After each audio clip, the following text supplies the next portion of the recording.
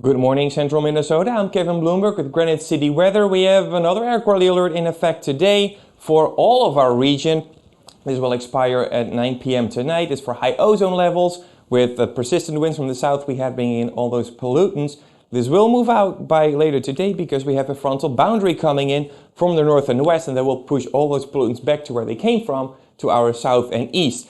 Here's where we see the frontal boundary from northwestern Minnesota down into the Dakotas with some showers and thunderstorms around it as well. We'll also see the chance of showers and storms increase here as we go into the evening hours. For the day tomorrow, we're expecting some more showers and storms, a little bit hit and miss for most of the day tomorrow. Saturday looks like to be the big day with the front setting up right over us to the south. In yellow, we have the potential for some severe weather, but to the north, we have a pretty large red highlighted area. That is for excessive rainfall. So two things we have to keep in mind here, and we're going to go through both of them. We start up with the severe weather chances. This is the outlook for Saturday from the Storm Prediction Center. A slight risk, level 2 out of 5 in the yellow for southwestern Minnesota. Surrounding that in the dark green, we have a marginal risk, level 1 out of 5. Two things I want to point out here. First of all, this is 2 days out, so things can still change, and they will. I can promise you they will. The other thing, for Saturday, it's looking like a pretty big mess with multiple rounds of showers and storms throughout the day from early in the morning through late at night and well into the overnight. So the condition of the atmosphere is going to be all over the place. It's going to go up and down throughout the day. It will be a very juicy air mass we have in place with very warm temperatures, very high dew point. And that means that it only takes a little bit for storms to go severe. So we have to keep a very close eye on it for the rest of the day, today and tomorrow, to see what's going to happen there. And of course, we will do that for you, but as of right now, it looks like our biggest threat for Saturday is flash flooding. This is the precipitation outlook, or the excessive precipitation outlook from the Weather Prediction Center, also for Saturday. And with this one, we are in the yellow, which basically means there is a 15% chance for flash flooding within 25 miles of any given point within that yellow highlighted region. And you see all of central Minnesota is included in that. We're expecting anywhere between 1 and 2 inches of rain on Saturday alone.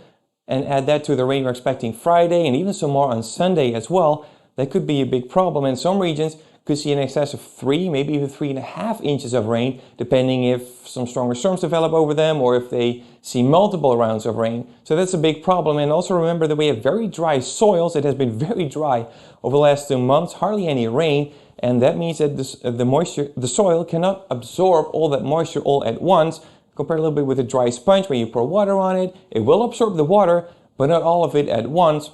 Most of it is just going to run off, at least initially, and go down your drain. And that's the same thing we're expecting going into this weekend, where the soil cannot absorb all that water that's going to fall on it, and it will end up on our streets, and the drainage system may not be able to always keep up with it. So that's when you get flash flooding. So as we go into the weekend, whether it's for severe thunderstorms or for flash flooding, make sure you have ways to receive warnings.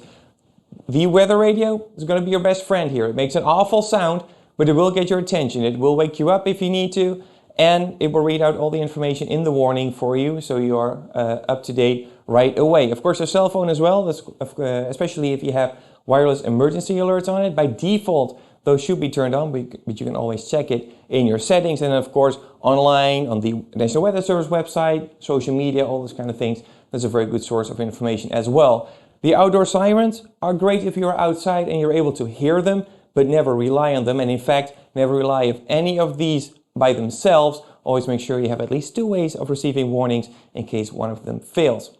For the rest of the day today, it's looking like a mostly sunny day here in St. Cloud at least. Some more clouds out west with that incoming storm system. By late afternoon, we're expecting some showers and storms to develop over parts of Pope and Douglas counties.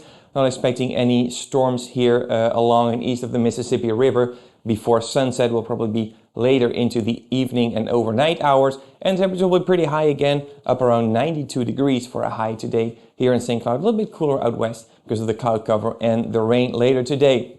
For the rest of the forecast, here we see the thunderstorms coming in tomorrow, Saturday and Sunday. Saturday again looks to be like our big day, a little bit more hit and miss tomorrow and Sunday. But Saturday, some more widespread rain. Could be very heavy at times, especially with some stronger storms. And we are expecting a few severe storms there as well, mainly to our south as of right now. But of course, we'll keep a very close eye on how that develops. You also know temperatures are dropping into Sunday because by then we will be on the backside of the storm system. We'll have strong winds from the north, bringing in much cooler air with highs only in the mid-70s. but we will rebound going into next week and eventually back into the 80s for highs there as well. It also looks like we keep those precipitation chances in place for most of next week.